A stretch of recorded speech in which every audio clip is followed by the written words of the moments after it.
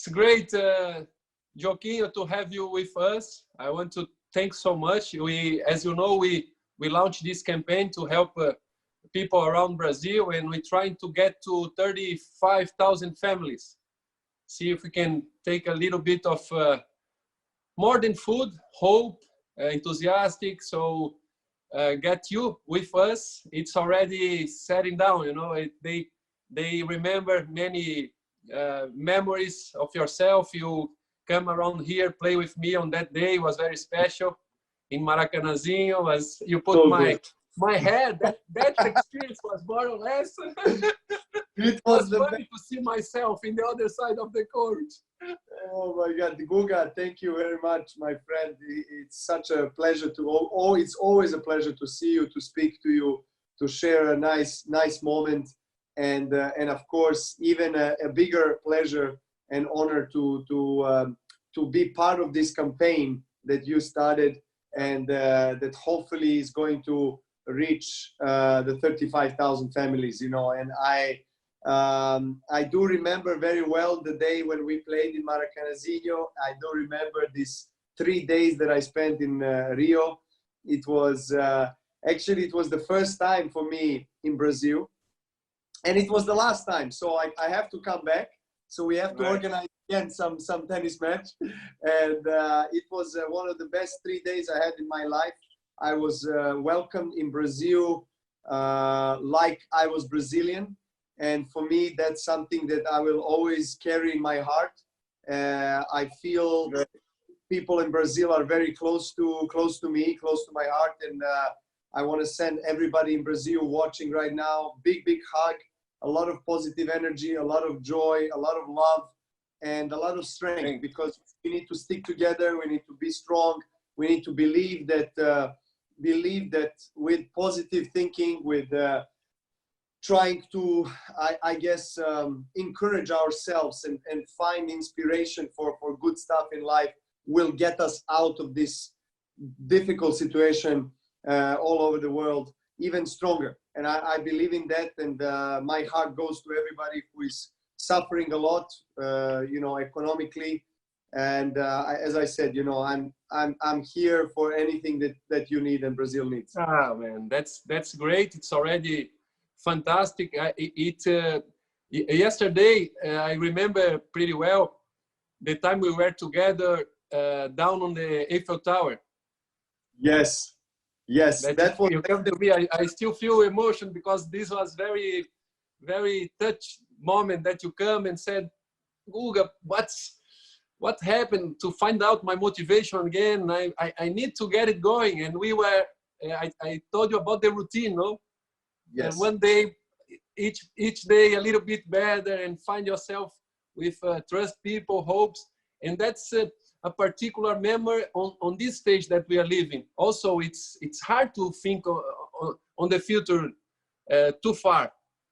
So yes. What was the difference on the time? Because 5 weeks later you won a Wimbledon. It's like, come on, man. It was me, no, I'm sure. Your advice was perfect. Come on, the one in Roland Garros, okay. It could be myself give you a little bit of tip, but not a Wimbledon. Come on.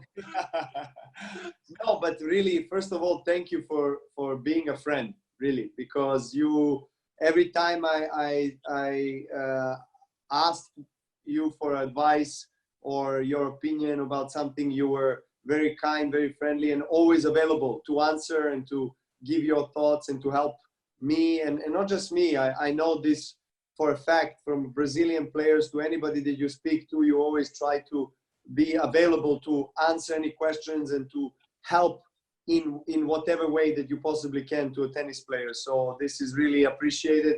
And yes, I remember that Eiffel Tower exhibition tennis match doubles that we played. It was really one of the most exciting tennis events that I've ever had, because I mean, how many times you had the chance in your life to play under the Eiffel Tower? One time. One, and with Joaquim, and then one in 1 billion. It was great. But what you did then, so So I'm sure it wasn't so quickly, but what was the difference, and when did it start to get the payoff then at Wimbledon? Well, as you said, as you told me when we spoke in Paris, little by little, take small steps in order to reach the goal, in order to get to where you want to be. Right. And for me, at the beginning, when I came back from surgery, first of all, I came back too early. You know, I still was feeling myself a little bit.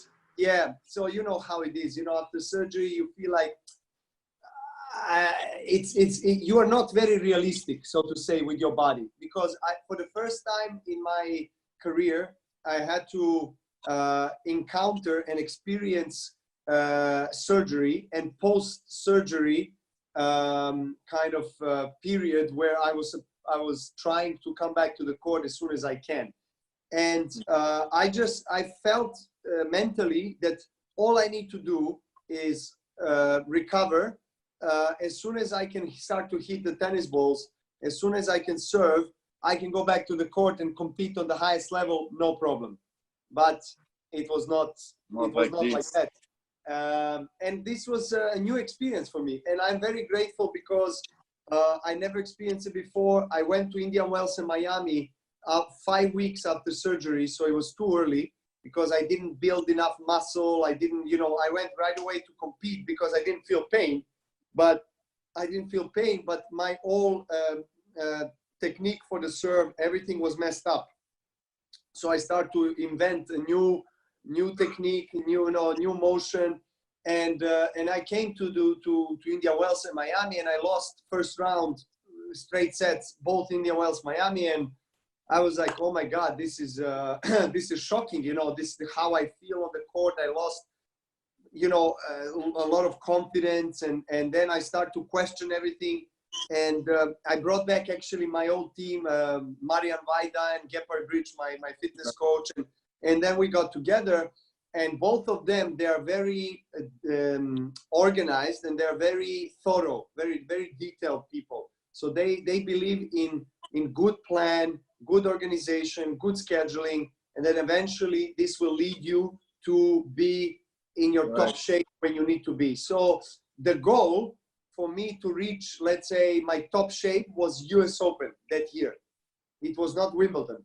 And I felt when I spoke to you, and you told me as well, okay, just trust the process, stick to the routines, you know how it feels to win, and just go step by step, and eventually you're going to start feeling better and playing better. And it was really like that, even though part of my mind was like convinced that what you are saying, what my team was saying is true, and I knew it in my heart, but also part of me, my kind of ego was saying, well, no, you can do it faster. You know, why do you have to wait 5 months to get in top shape? You can do it now. So I was a little bit impatient, and that has backfired a little bit to me, but I had to learn things in a bit harder way. I was losing matches. I was trying. I went to play some tournaments that I didn't play before in my career, some smaller tournaments, trying to get a little bit of matches won and trying to get some confidence. And eventually things start to get better and better. And quarterfinals, I played Roland Garros, was okay. And then Wimbledon, I played actually finals of Queens just before Wimbledon. And that's where I felt, okay, I'm actually right now, I'm very close to the maximum, you know, close to where I feel I belong. And then Wimbledon happened. And as I said, team didn't expect it to happen in Wimbledon. They expected it to happen in US Open. So like that. This is the kind of surprise. It's good to surprise, exactly. Now, this start to make a lot of sense for me from the moment we live now, because we all have had many opportunities, and the limits was much more larger, and then we need to come back very small and details and simple, and again be able to flavor this particular time, even knowing that's being very hard. It's people dying, you know, it's the worst it could happen, but it's also real. Like that, we cannot go away. We need to go and look at this and try to see what is a little bit better and find one small solution, and like on a daily basis make our routine nicer and better. So make the for me made a lot of sense on this particular time that we talk, and it was curious because then I start to think, it was harder for you to come back on this stage, or from the beginning to get to the top early on, because on the beginning you don't know how far you can get, and in the second part you know already the taste, but you also know how far it is. So what was harder for you, the second time or just on the beginning stage? Well, I think Guga, you can understand this very well when I say that mental clarity and clear goal setting and plan and schedule is very important for tennis players. As you know, you've been a best player in the world, and you understand that in order to be most productive, you are looking always to have clarity. I know what I'm doing, let's say, on a daily basis with the small things, details, whether it's, training, whether it's what I eat, whether it's the book that I read, my work, the family, quality time with my kids, with my wife, with my friends, with my parents. And so when you organize yourself, you feel like you can relax, because then you are kind of holding your life in your hands in a way, in a way, not in a strong sense, but in a sense that at least you can be comfortable where you are. And so for tennis, I was always growing up and in a way functioning in this way in my career. Very clear what I need, where am I going, what am I doing, how to get there, what, when, how, with who, and stuff like this. So I always like to have things clear and for me to understand, because then I feel I can give my best. But this situation now, with Corona in the last 2.5 months, 3 months, is something that is completely different. Now you don't know anything, right? And I think that actually on a positive, on the brighter side, Guga, I was actually, at the beginning, maybe first 14 days of Corona virus, I was a little bit anxious. And there was a part of me that is used to traveling, this and that. And I did not have this clarity. I did not know, okay, should I practice? If I can practice, if I can find a court or not, should I be training? Should I just relax? Should I do this? Should I do that? So all these questions, right? And then in one moment I said, okay, stop. Okay, finished. Don't question yourself anymore, because you have to allow things to happen, So sometimes you have to relax and allow life to help you and to arrange things in a way that is best for you. So I think on a positive side to this coronavirus situation, it allowed people to really spend more quality time with family and with themselves. I have several friends that I was speaking to, and they all told me the same thing when we spoke about, family, how you spend your days in a quarantine. And they said, I am getting to know my kids. I'm getting to know my wife. I'm getting to know the life at home, because we are in such a fast-paced world that, especially for tennis player, we have to travel all the time. Yeah. You know how it is when you are on the road, especially for you as Brazilian, because you don't have many tournaments in South America, so you have to travel all the time, and sometimes you're not home for 3-4 months, who knows? Yes. Right? Non-stop. You go Non-stop. on and that's it. Exactly. So I think that this was very positive experience, and still is, because it allowed me to connect with my kids and my wife and my family much more, because you know, when they are traveling with me, of course we're family and I spend time with them, but it's different because I'm in my all the zone. priorities. Yes. Exactly. And now it's completely up to them, up to what they want to do, and organizing schedule of children and making sure. And the connection that I had in the last 3 months with my wife and my kids was outstanding, and I'm very grateful to experience this. So I think it's all about perspective, Guga. It's like you can see things black or white or gray or yellow or red.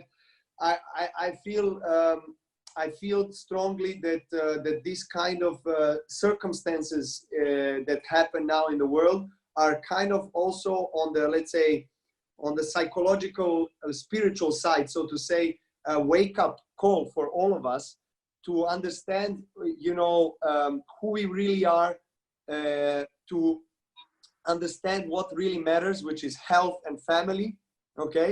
Because 90% or more of people in this planet, if you ask them what is most important, they're going to say health and family, right? Love, health, and family. But how many people do really live life to be fully devoted to health and family? Easy to forget. Exactly. It flash away on our daily routines. Exactly. And also it just take us to be more united at the end. You see, this on this chaos that we have no control for many of the circumstances, and especially we don't know the questions to how to answer many questions still. We need to be sure of our simple and related things that we deal, and also have faith, you know, have hopes that we need to trust each other. If we help each other, we're gonna have a faster way to go on over these circumstances. Because it was hard. Have you ever? I don't know if this is a we can call a dream, perhaps not. But have you ever sleep these days and think about playing without anybody on the stadium? Did that happen to you? Sleeping? No. I honestly don't dream to play in front of empty stands. No. Never happened, because it happened to me. I don't play forever. It's more than 15 years ago. But it happened to me. I was playing with nobody, and I said, "Come on, what's this? Is this what I search?" And it's very different situation that perhaps I understand it's also not the time for us to decide what to do and see what's more important to put our energy to. It's Guga, you are right, because it looks like that's going to be the reality of tennis, that we have to probably accept that if we want to have the tour continue, that we have to be playing in certain restricted conditions that will at least allow us to play and compete. If this is ideal, no, of course. My opinion is that I personally don't play tennis for me only. Of course, I play for me and my family, myself. I feel like tennis gives me so much joy, and I love playing it. And of course, I practice. You know, I don't need to have people there every practice, but when I'm competing, I feel that tennis is a platform, as all professional sports, that brings you closer to the people who love sport, who love tennis, and connect people. Exactly, it's about connections. It's about unity. It's about people, bringing people joy for watching you play. And this kind of synergy between the crowd and the player on the court is magic. It's something that makes our sport very beautiful. So it makes us play it better as well. Exactly, because it motivates you. It gives you more another level. Exactly, exactly. And you feel more responsible. You feel more focused. But as I said, it appears to be going in this direction, Guga. I think the advantage of tennis, let's say, in these circumstances, comparing to maybe some other sports like team sports, is that you can play national level tournaments, maybe regional, maybe continental tournaments, if of course countries between themselves allow people and players to travel between the countries. So you can have these kind of regional tournaments, whatever, because you're individual athletes. So even this social distancing is respected because you don't need to touch each other. I don't know if you saw in Florida, they had the first tournament like this. They had some in Germany, some in Sweden. So it's not nice. Sorry? And it's a lot about trying. I believe right now we need to create new formats and believe in each other that we are trying our best. It's still not a solution solved, and hopefully it ends up as soon as possible to become closer than what was normal. I believe it's not going to be as normal as the one we used to have our routines. But right now, I think we need to be also more patient on trying to go a little bit farther with right steps, confidence, but we need to move on also. That's the idea. In Brazil, we're suffering still increasing of the virus. It's getting even harder. In Europe, I believe they had the peak, and it's quiet and calm down, but also it's still very dangerous, and it's alarming. So the tough decision, and I think our steps needs to get through. We have to put ourselves together and find a way to try and see how it goes. Perhaps if that's the solution on being also looking the guys on the ranking 100, 200, 500, they need to survive more. I always said we have a comfortable house, home. We are steady in our life. So for us, it's much more simple, but there's a lot of people who they need their jobs. They need to go on. So I agree with you that things need to go forward, and also if we have the patience and a little bigger, large march to understand that we're gonna do a lot of mistakes as well, because we not know so sure what we're dealing with, and then that way I think we can pass through these moments on being more healthy, be stronger and getting strength for the next times. So for you being at home with your family on these days, I watch you in the lives and Instagram too, and sharing the knowledge, the people that you trust, that you are one of a few that can select people and have